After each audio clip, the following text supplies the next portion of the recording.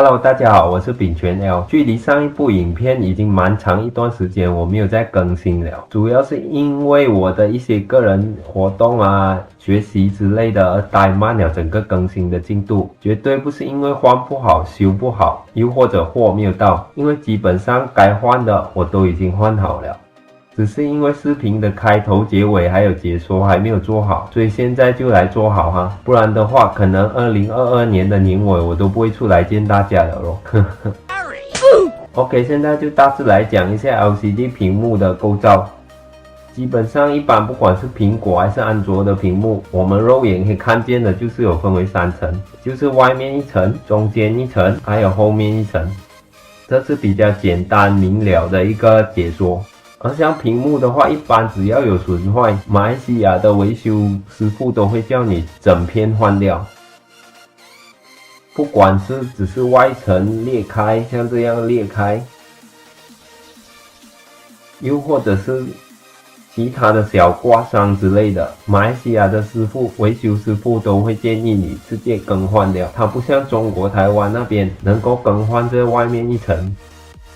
这就相对来说就会减少你的维修的费用了，而马来西亚这里不管怎样你都是要换掉这整片屏幕。OK， 我现在就大概讲一下当你更换 iPhone 屏幕需要注意的地方跟一些细节。像苹果的屏幕上方这边，它就会有听筒啦、speaker 啦，还有前置摄像头，还有感光元件，也就是 sensor 你的屏幕的光暗度的，这一些都会集中在一起，都会集中在这一块，所以要非常小心，因为一不小心你就会勾乱掉了它的一些线路。而下面这边就是简单的 Home Button 哦，看似简单的 Home Button， 但是还有着你没有办法复制的指纹解锁功能，所以每一架机都会连着一个指纹解锁的功能，一旦坏了，你基本上这个功能就是废了的。而指纹解锁这边会有一个非常幼的一个防水的 rubber， 所以当你自己更换的时候是需要注意的，不要弄丢哦。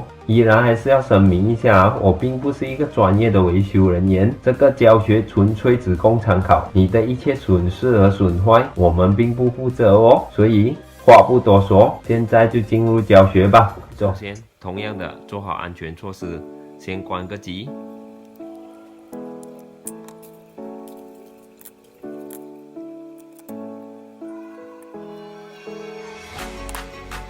然后扭开底下的手机螺丝，然后再用上你专业的力度还有技巧来撬开 iPhone 7的这个屏幕。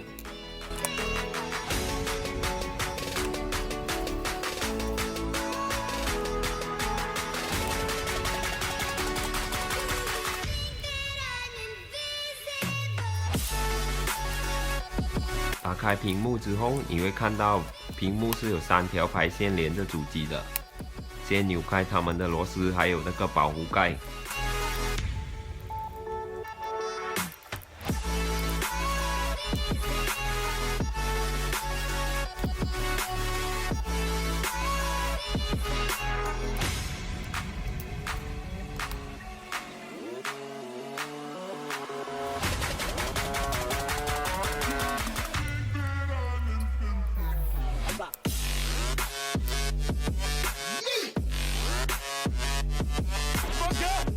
当然，在还没有直接更换新屏幕之前的，就是要先测试一下新屏幕是否可以正常使用。所以只要连上底部的那一条排线，就能够让屏幕通电了。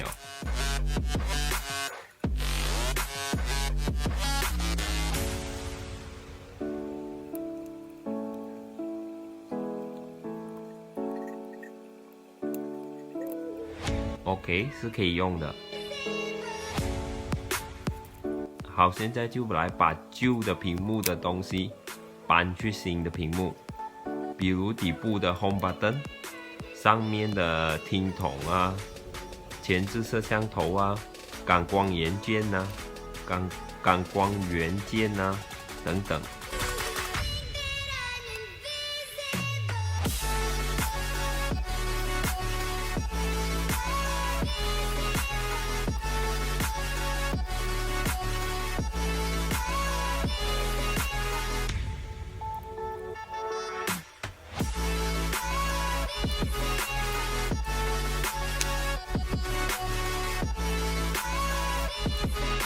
不要忘记屏幕的反光贴片也要搬过来的哦。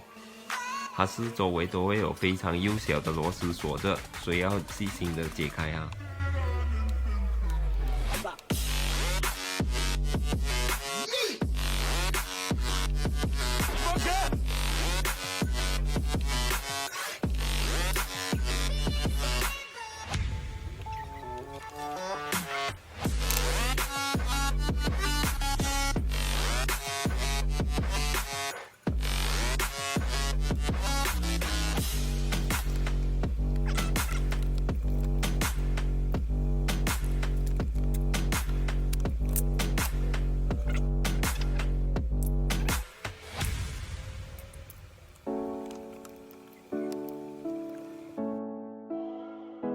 现在就要来处理上面的部分，就是听筒啊、speaker 啊、前置摄像头和感光元件的部分了。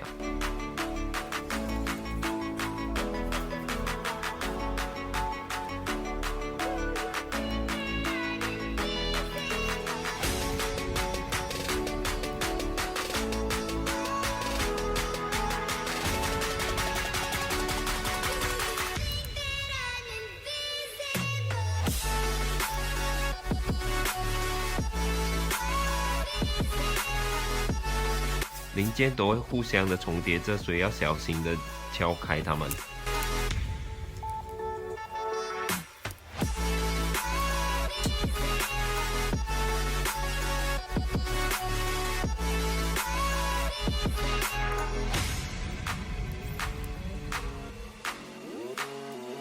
敲开之后搬到新的屏幕板上就可以了。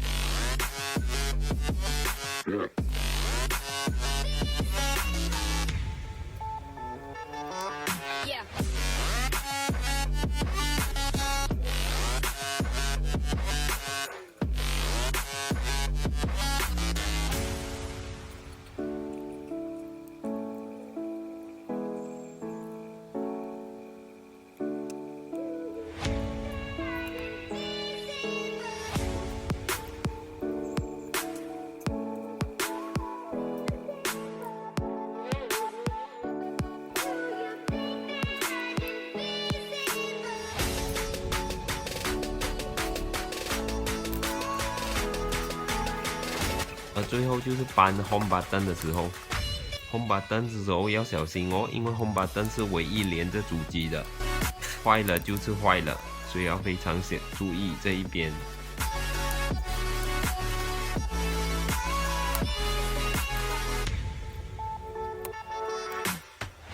OK， 现在照着顺序重装回去就 OK 了。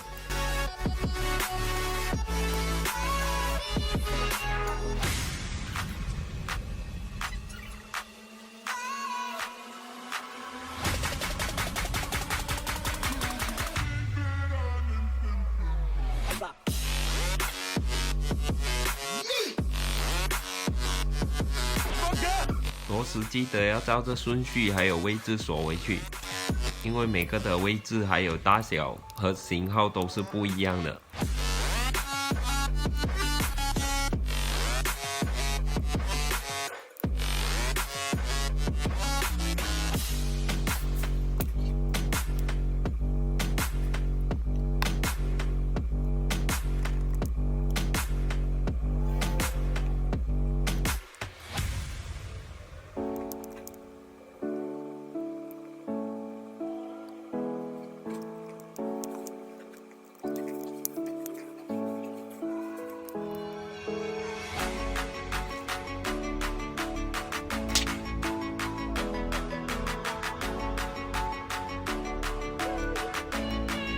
最后贴上这个性感又光滑的 Screen Protector。